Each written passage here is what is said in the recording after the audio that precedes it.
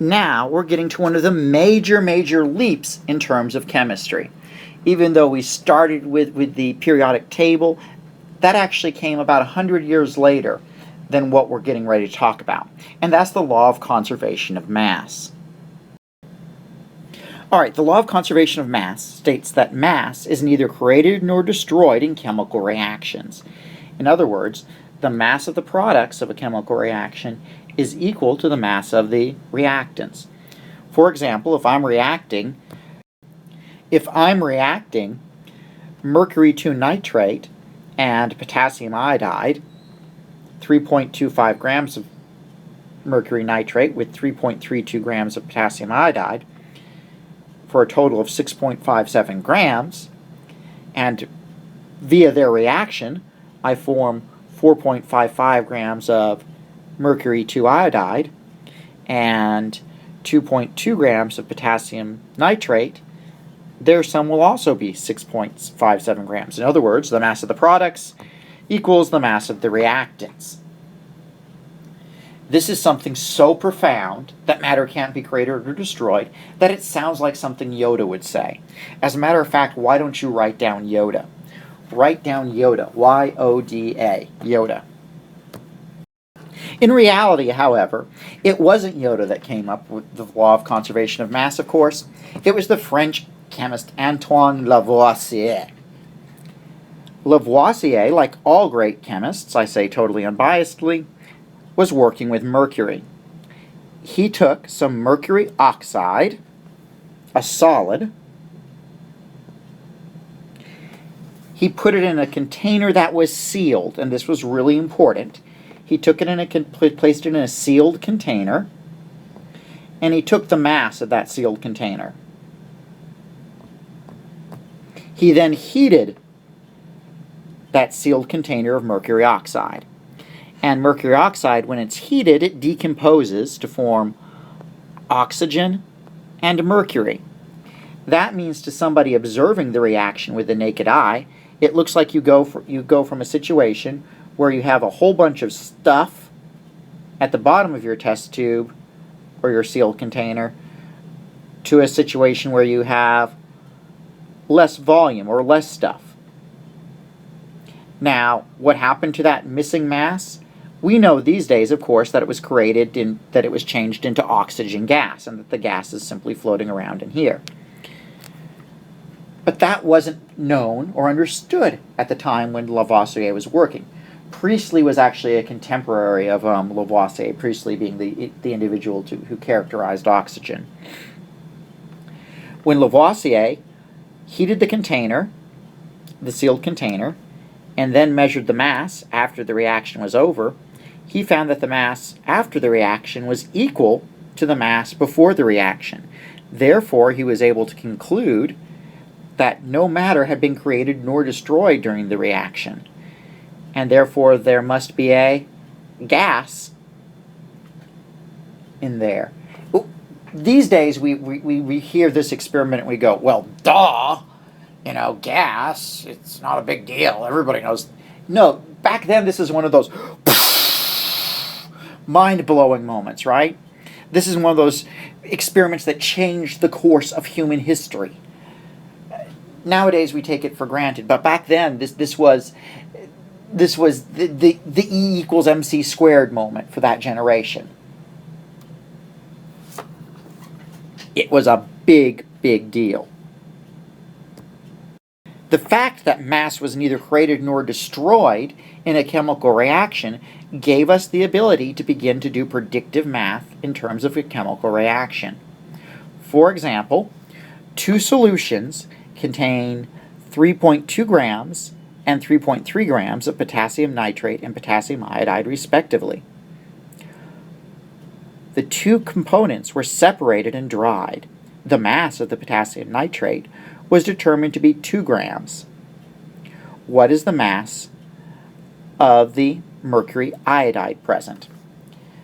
Well, I like to organize information from a chemical problem by writing it below the equation.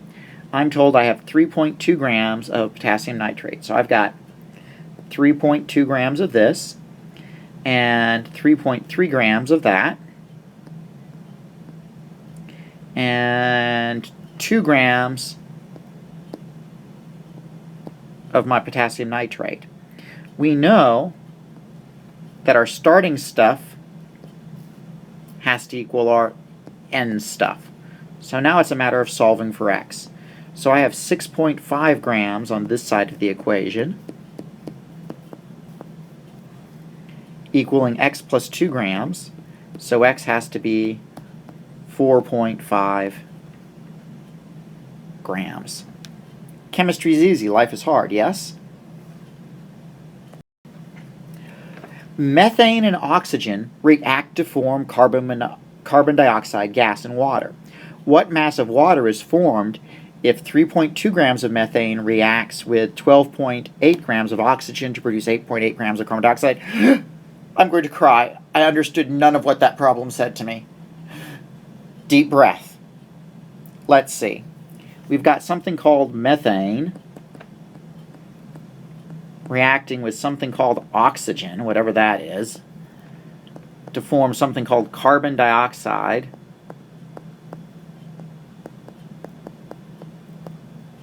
And something called water. Well, I know what water is. They're wanting to know what mass of water is formed if 3.2 grams of this methane stuff reacts with 12.8 grams of oxygen and produces 8.8 grams of carbon dioxide. Now, I understood none of these big words, except that I know that this and this are reacting together to equal this and this. And I know by my law of conservation of mass, the sum of my starting materials has to equal the sum of my ending materials. So 12.8 plus 3.2 would be 16 grams equals 8.8 grams plus an unknown amount of water. So x equals 16.0 minus 8.8, and unless math in my head is failing me, that's 7.2 grams. Good. Chemistry's easy. It's so easy, you can even solve it when you don't understand anything the problem says, right? If you are having some trouble with the chemistry language, real quickly, we have methane and oxygen reacting to form. So that's telling you that's where my equal sign is going, right? These two substances are on one side to form, so I'm placing my equal sign to form my other two substances. Yes? All right, let's take a look at another law. But before we take a look at another law, no one lays down the law in the Jedi Council like Mace Windu. Why don't you write Mace Windu? M-A-C-E-W-I-N-D-U.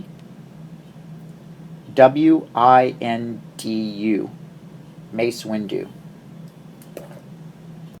Another big breakthrough in chemistry came with the law of definite proportions. The law of definite proportions says that different samples of a pure chemical compound always contain the same proportion of elements by mass. In other words, water is always 88% oxygen and 11.2% hydrogen.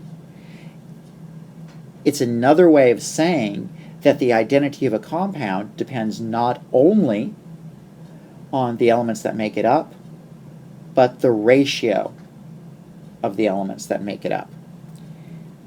I like to think of it saying that all molecules of a compound are the same. Just to make sure this horse is so dead that it can't even drag itself to the glue factory. Another way to view this law of definite proportions is that this law of definite proportions says that water always consists of 1 oxygen and 2 hydrogens. That's it.